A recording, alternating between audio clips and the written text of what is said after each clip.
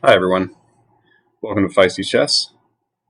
We got d4 on the board. We're going to play knight f6.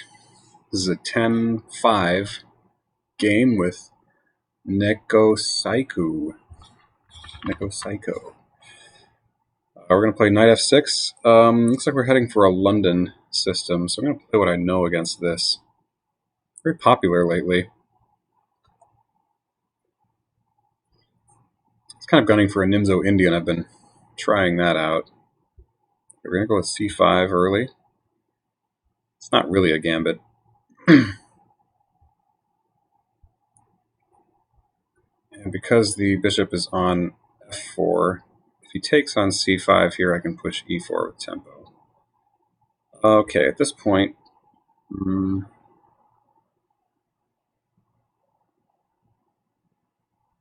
queen, yeah. Queen b6, I think, is the main idea. And then queen b3 is the most common reply, I think. If queen c2, I'm always hoping for queen c2 here because there's a nice little trick I can play. Gains me a tempo. If queen to c2, then I have bishop f5, actually. And the bishop can't be taken by the queen because b2 will fall and the rook will hang at that point.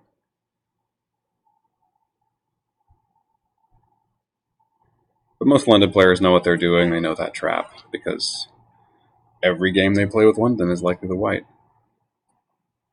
Every game they play with white is likely the London. Okay, and at this point, we're going into a queenless middle game. I will accept the doubled pawns to open up my rook, and the plan is pretty simple here. I'm going to march up the board. Question is, do I want to do that immediately?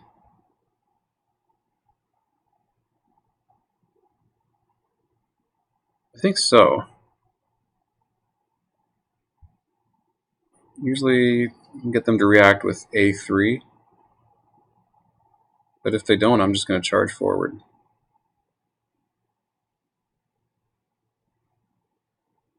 White's not really putting any pressure on my center. Actually, b5 also kind of stops e4. I think that was already stopped. Okay. Should we just charge forward here?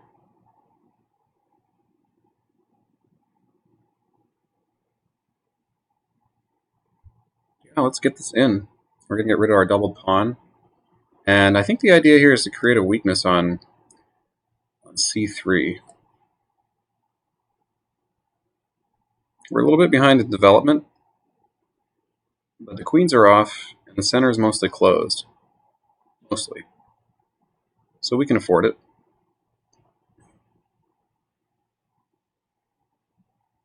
This is an obvious recapture. I'm just going to pre-move. Trying to work on time management here. I've had some same old patterns here of poor time management. Now I'm hitting a2. Oh, but that's not the most important thing I'm hitting. Okay, well, instructive little mini game here.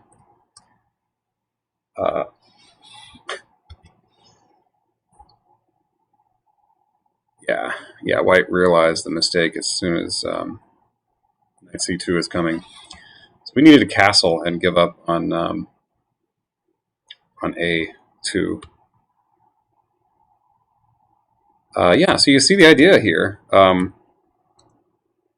hear that this is the main line against the London, but I think I learned this system from Chess Explained. Let me just go through it quickly again. So bishop f4, the London system.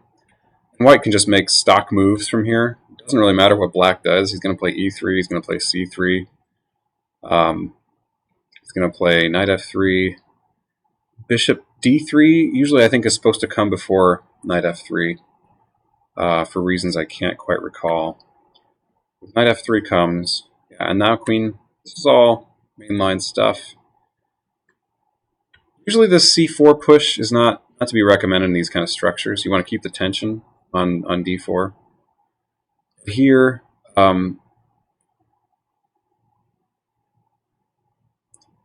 for some reason, for concrete reasons, and for the plan that I've got, kind of the surprising initiative that black gets here, it's a good idea. So unless white just wants to lose time, he's just going to take.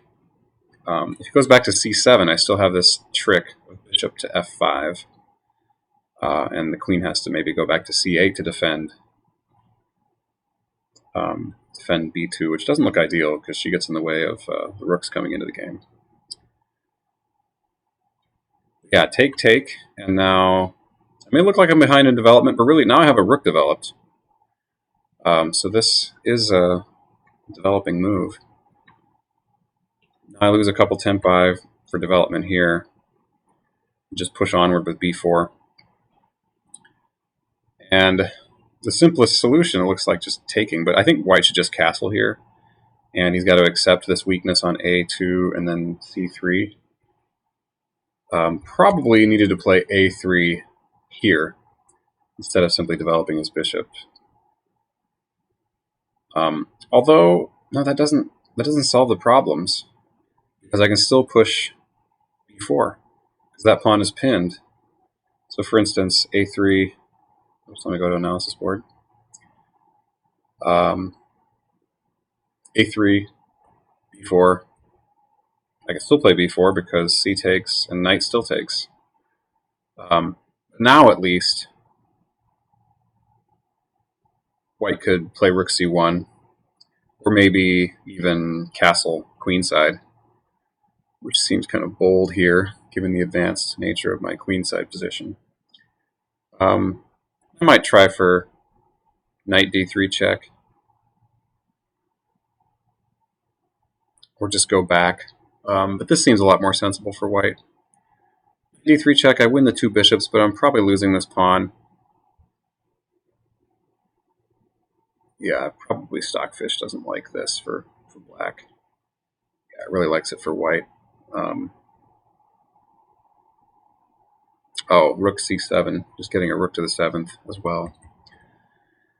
So, yeah, but knight just goes back to c6, and actually, black's doing fine. Actually, the computer prefers black here.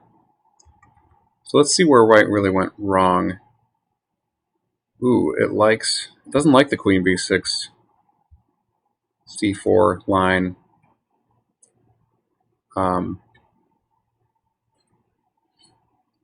It likes knight a3 here, interesting enough. Yeah, but it's really hard to stop this plan, surprising enough, of b5 and b4. It just kind of has to let that happen. So this isn't too bad. These moves aren't too bad. The computer is steadily preferring black a little more. But after b4, just keep developing, or maybe castle, knight to b5. Like c takes b4, and then just castling. Black can win a pawn, but the advantage is not so great. What's wrong with this? Ooh, this is no good because the other rook comes in the game. So it's an illusory threat. He didn't really need to worry about his a pawn. Now rook a8, and black's in big trouble. King d8, there's probably no way he can stop. Yeah, knight e5 is the problem, or knight g5. Knight e5 is probably good enough too, and we're hitting f7. Oof. Okay. Yeah. That would have been a nice trap to set. This is one of those illusory threats, and you forgot the bigger threat. You missed the bigger threat of a simple knight fork here. So immediately resigned, and that's the game, folks. So that happens sometimes. I'm glad it didn't happen to me. It has happened to me on this channel. But anyway, thank you for the game, Neko Saiku, and I'll catch y'all next time.